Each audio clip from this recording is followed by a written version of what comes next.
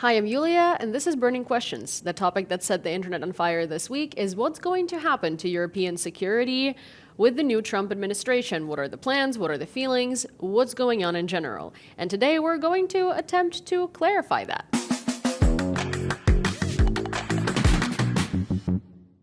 Hi, I'm Christo Vaga, member of the Estonian Parliament, part of the Defense Committee and the European Affairs Committee, and a big Ukrainian supporter. I was just last time in Ukraine in January. Last year, I did a fundraising a cycling ride from Tallinn to Kiev to fundraise for the Ukrainian army, but also to show whole of the European capitals that the war is ongoing just a bike ride away, and we have to support as much as we can that Ukraine wins this war. I did not know that was you. I'm having a newly found fangirling over what you did, and I think this is fantastic. So thank you for doing that. And Thank you. also, yeah, I could never be able to tell that you are supporting Ukraine because the tiny little Ukrainian flag behind you is just so unnoticeable. Yes. But hey, thank you so much for being here today, and thank you for supporting us so much. I think that the one of the biggest topics on air today is the breakup between the US and Europe, because what it seems like is really, it started happening on Valentine's Day, which is kind of ironic because there was the Munich Security Conference and JD Vance said a lot of very, feather turning sort of points and things that basically added up to, we don't care what happens to Europe. And we don't care about Mhm. European security one way or another. We care about ourselves, and we also might want to partner with Russia.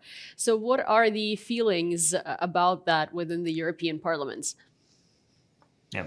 Well, I wouldn't say that it's a breakup fully. I would say at the moment things are complicated between our relationship with the EU and US. It's a very labeled thing to say in Europe that this was another wake-up call. I don't know how Mm. many wake-up calls do we need, but this definitely was.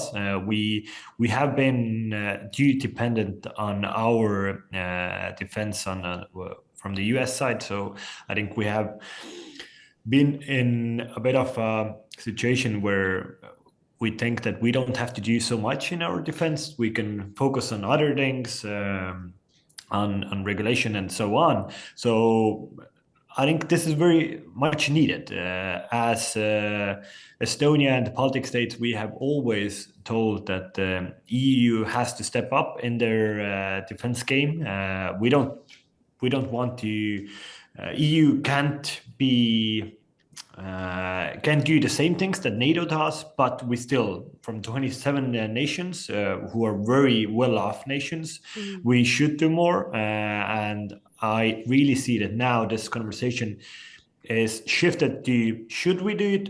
To actually how can we do that?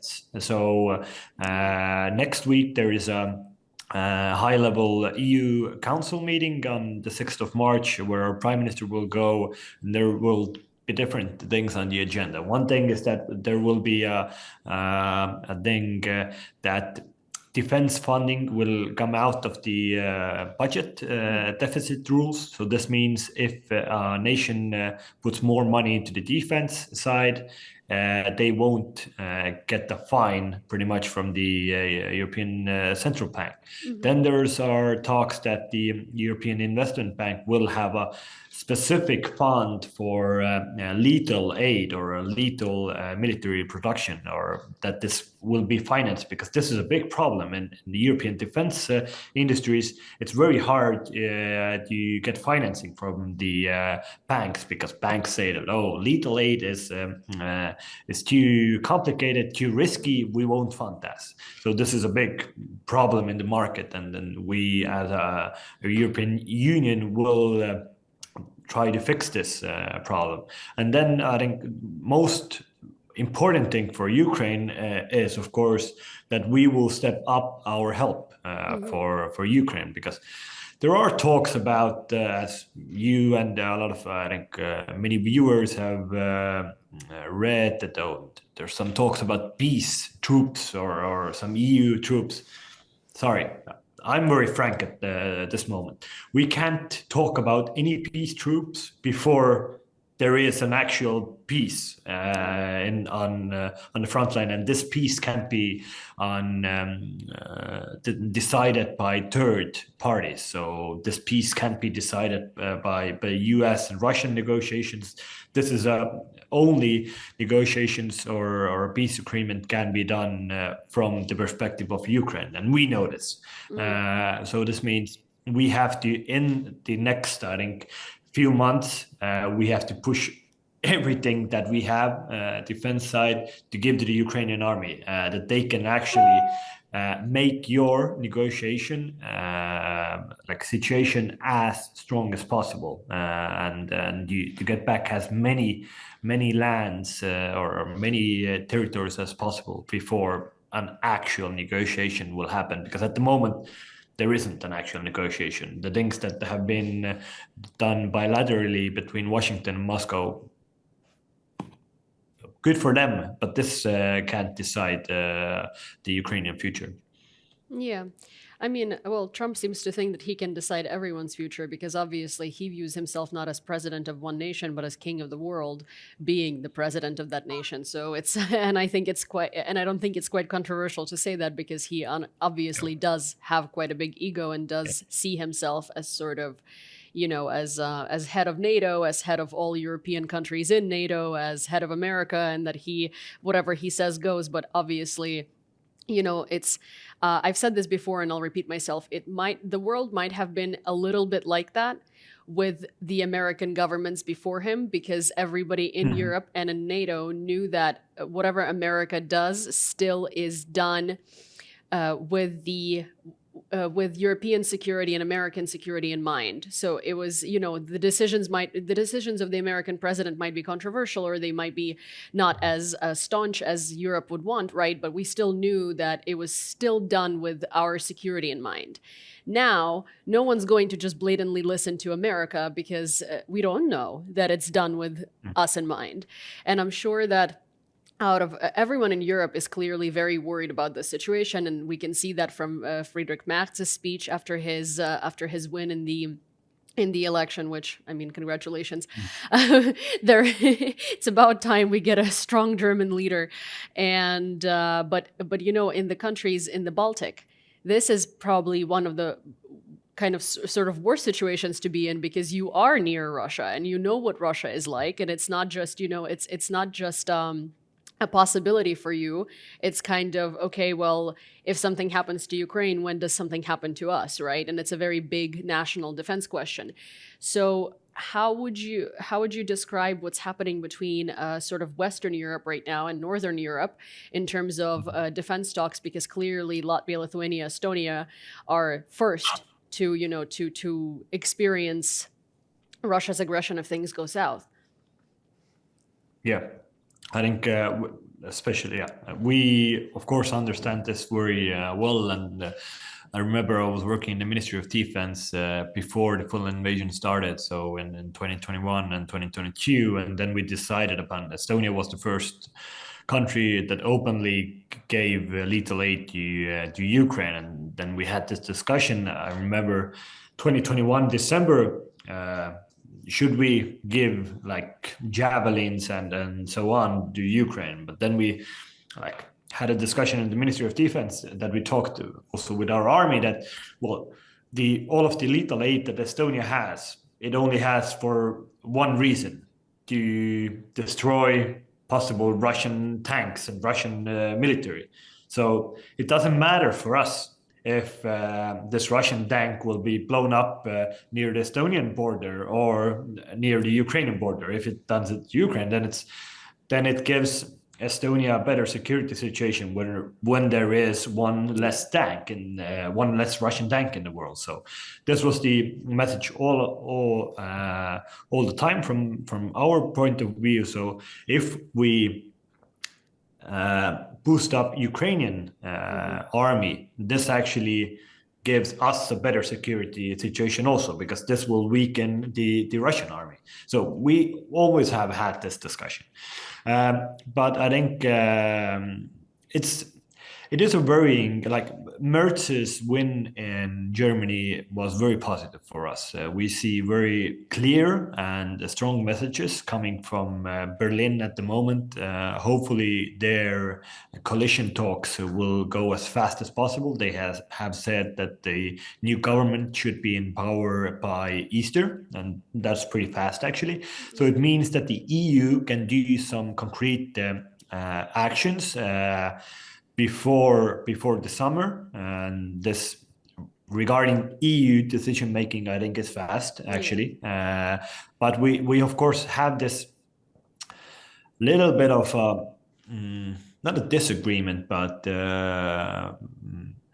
a debate with some southern partners that we have in the EU, that they think that how much should we put into defense, and we should already talk about this after war situation. Then how will EU's relationship with Russia look like after this new situation, and so on.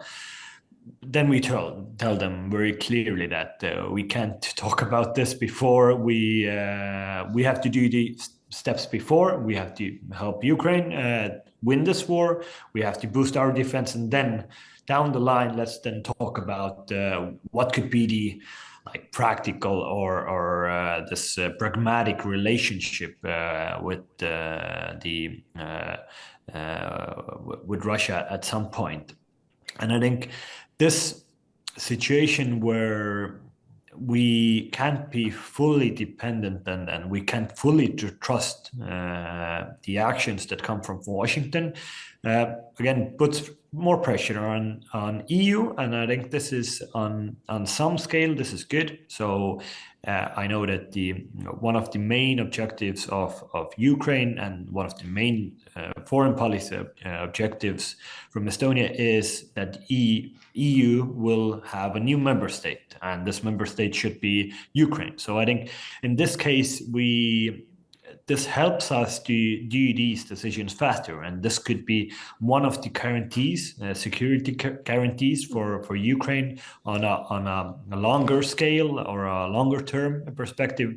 That even if Trump has said that Ukraine's NATO membership isn't on the table at the moment, then I think it should be on the table, of course, from my perspective and from the Baltic states' perspective. But I think this only gives more possibility that Ukraine's EU membership should be on the table, and this should be on the table faster than ever before. So this is a thing that in the summer, in June, when there is a new official EU Council, there should be some positive news regarding Ukraine EU membership coming out, and we are pushing this very heavily from the Estonian side. That's amazing. Well, I mean, I also generally, as not just as a journalist, but as a Ukrainian, I'm very thankful to Estonia, especially, and Latvia and Lithuania. And I know that, I'm not trying to refer to all of the Baltic states as one homogenous entity, because that's not fair. But at the same time, I do think there is a lot of brotherhood. We love that word, right? Happening there, and I do think that what you have done for Ukraine has been astonishing. And I think that, for our American viewers who might not know this, but the largest percentages of GDP that have been given to Ukraine in defense come from the Baltic states. So while, these are arguably the smallest countries in the EU, they're pulling the most weight in terms of what they can do. What do you think about the $500 billion mineral deal, or the mineral deal, rare earth minerals, that has just been signed between Zelensky and Trump? And what do you take out of it? Yeah, so I've read the key points of this mineral deal. Of course, I think, and I hope that there is something more talked about with Zelensky and Trump in the closed door meetings that they will have, I think, on tomorrow in Washington. At least it's said that Zelensky would be there. So I think, and this is a thing that we are also, like, my perspective from the EU position is that, well, when Trump came into office and this Munich security conference happened and so on, there was a lot of panic in the EU, and actually there was a lot of panic that a lot of leaders and journalists and think tankers and so on tried to think like read JD Vance's statements and so on and tried to think what every word means. And I think this is a little bit of a problem from our EU mindset that I personally would like to change. That we tend to talk about more what the Americans are saying, that we should actually more focus upon what could we do, not like only commented what America is saying. And I think this mineral deal, there have been a lot of negotiations between Kiev and Washington, and this, I would take this in the context of EU, that we also have to think what can we offer Washington. What could be the deals there? We as like European Union and Washington are both ways. We are the most biggest trade partner, so we can offer something there. And we know, of course, this global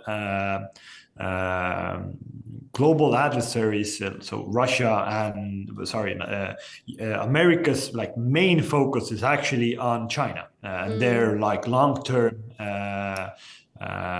like this conflict there. So I think yes, adversarial conflict, so on. And they're not friends, let's say that. So I think in this case, EU also has to offer something there, that we should show America, and this has been a thing that from a lot of Americans have told also me that, but you want us to help you want us to help Ukraine, but then we take like all of the bigger countries in European Union, and we see in the last years like trading between those countries and China has only increased. You are so dependent on China, but all of your security offices and us have said that this is a big problem. They are doing espionage, they are doing different kinds of espionage and so on. So I think we should offer something there, that we will tell Americans that we will try to cut back on Chinese dependency and have an even stronger relationship trade-wise with Washington. So I think this grain or mineral deal is a good example in that. There definitely is some other talks behind this mineral deal. This mineral deal won't be just this. This hasn't been a thing that your government has just forfeited the minerals. There will be things that you will get from there, and I think we, as a European Union, we should have the same like mindset with talking with the America's administration at the moment, that we have to think what kind of things we can offer them. For them, like Middle East is a very big like high-end agenda, and also, as I told, China and everything that's going on in the Taiwan Strait. So these are the things that we should offer them. Well, I think personally, if you don't mind me saying, the American administration at the moment is falsely banking on Russia in order to take Russia away from China to sort of, not strengthen that partnership. But the issue is that Russia is never going to have a relationship with America that's going to replace its relationship with China, because at the end of the day, similar regimes stick together, and China is closer to Russia's ambitions than the US is. The US has always been an adversary, and it's always going to be an adversary, because these are superpowers kind of, going against each other. So I think it's a losing game to try and do that. But what worries me, I suppose, in the EU trying to strengthen the relationship with the US and Ukraine trying to negotiate with the US, is that You know, the first Trump administration, of course, Trump was just as volatile as he is today and as unreliable as he is today, but he had qualified people, albeit, you know, people who don't share the same political views as I do, but qualified people around him.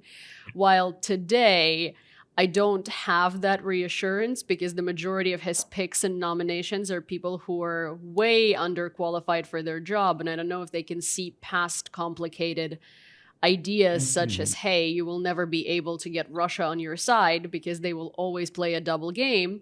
So let's do this instead. I don't know if they're quite going to see it like that, because I don't quite think they're as politically apt as they should be. Do you have any concerns about that? Yeah, I think like we have this understanding that one thing that Europe has most afraid of in the last week's announcements from Trump administration is that they will take all of their troops in EU and then relocate them somewhere, or they will take them out of Europe. But this is a case that if you go down to other levels and in closed door meetings, they are not telling this.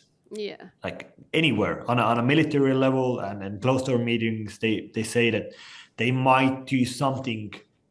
They maybe are relocating between countries and so on, but they won't take out troops from EU. And this actually was a thing that in the first Trump administration, they put more troops in EU than there was before in Obama's administration, and they stayed pretty much the same in Biden's administration. So, like again, in these cases, we see that this administration is definitely, there are a lot more loyalists that there were in the first administration, and now.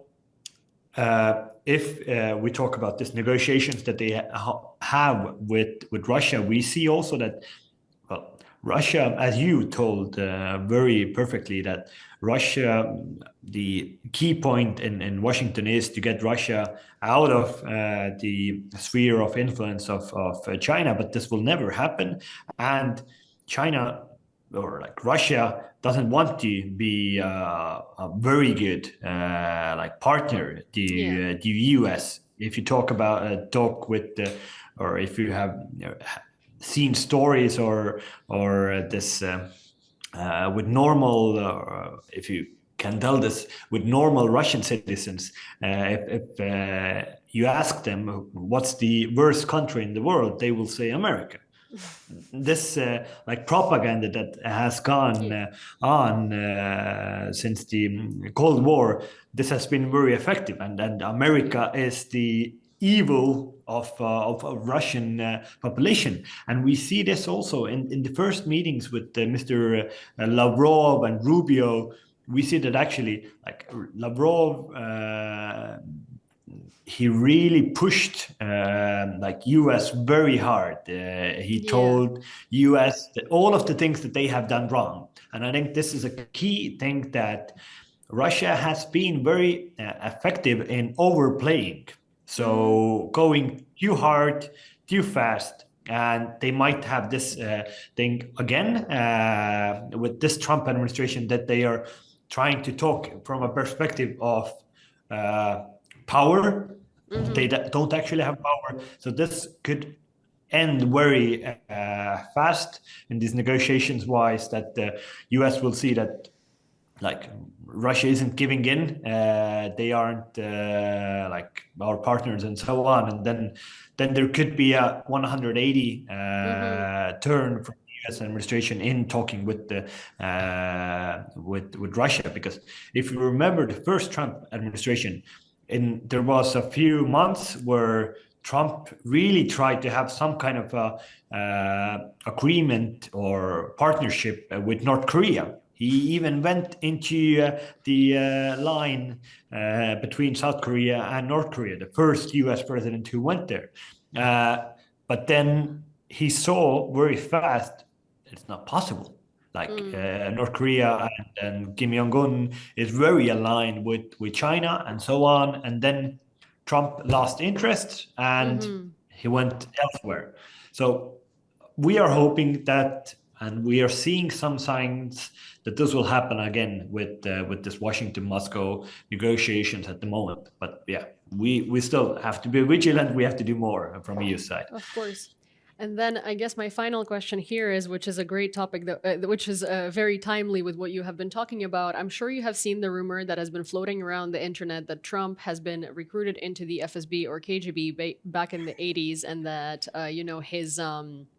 his I guess KGB code name was leaked as Krasnov, and there has been a lot of speculation over that. And obviously, while all of these are rumors, right, it's very easy to believe rumors because of how Trump has been acting in the first month of his presidency and how many decisions he's made that directly benefited Russia versus benefiting anyone else. And of course, him talking about Russia coming back to the G7 and trading with Russia and lifting sanctions off of Russia and selling gold cards to Russian oligarchs. I mean, the list just goes on, to be honest. So is there any concern over this in the actual, like politics currently, or is this just a page 6 type of thing that civilians are discussing? Yeah, I think if you take the first Trump administration in 2016, there was on a high level documented that how Russia influenced that election cycle and that election campaign. We were very worried upon that. Now in this second term, and then this this things that have been leaked to the internet or somebody is pushing them. We are concerned, but that FSB has like actual influence or some like sensitive info upon Trump. They are influencing them. This is, I think, a very strong accusation. And I don't, I will definitely not like tell that we have the same info or so on. We are concerned that there are some secret talks between Washington and Moscow and this administration, and they are also talking about not only bilateral relations but also things that are affecting EU, things that are affecting us, Estonia, and Baltic states, and so on. So this is a thing that we're concerned about, and we are, of course, concerned about different FSB actions in Europe.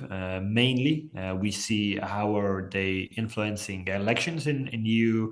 We have seen this very recently in Romania, where they have used social media channels very effectively to push pro-Russian candidates. Same in Moldova. We see FSB action on ground in Estonia, in different cities in Estonia. Our interior minister car was attacked by FSB ordered men pretty recently, and we see how they use this network of churches, Russian Orthodox churches, to push Russian propaganda. And this is like we definitely put a equation mark between FSB and Russian Orthodox churches. This is just one tool to push Russian propaganda, and there are some other things that I can discuss publicly, but like FSB is super effective. Unfortunately, they are pushing different far right parties in Europe just to they have, I think, two streamlines. One streamline is to push Russian propaganda, and the other streamline is to just make divides between Europe. So have some crazy guys who will just say no to everything, and this is good for them, their agenda.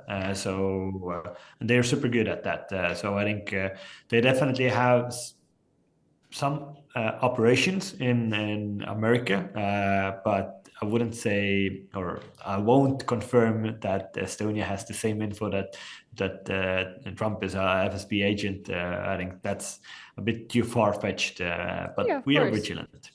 I mean, Yeah, I just sort of wanted to see if there is concern about it, and if that's if it's also yeah. the talk of the town, I guess, in official governments as much as it is everywhere else within the civilian population.